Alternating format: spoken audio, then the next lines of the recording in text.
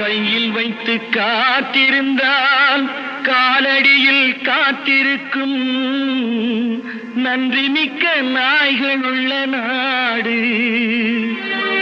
இதில் சொந்தமின்றி பந்தமின்றி வந்த வழி நினைவுமின்றி பிள்ளைகளும்